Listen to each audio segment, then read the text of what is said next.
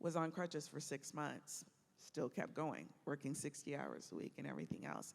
Recovered from that after being off some time, but the following year, I just kept going because, of course, it was all for Jesus and it was all good, right?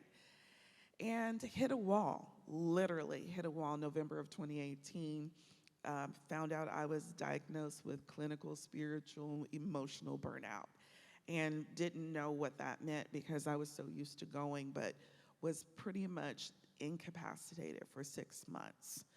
From that, what ended up happening, my autoimmune system went crazy, so I'm allergic to almost everything now.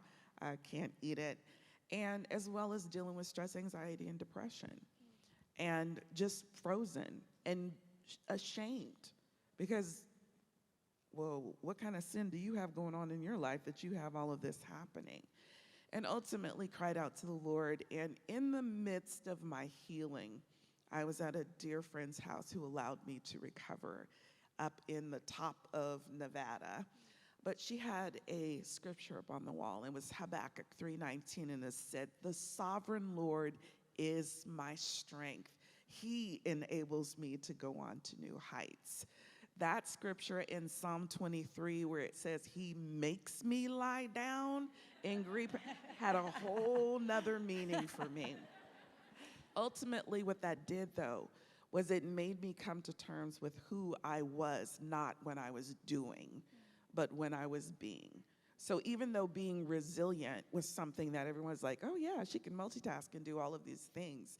And I was known for never saying no, and if anyone had something they needed done, go to Marshelle, she'll do it. And then having to come to terms with, I can't do that anymore, and being okay with that. Because what I had to understand was that in my own natural abilities, yes, I was very resilient, and God wired me that way. But was I relying on Him for my resilience?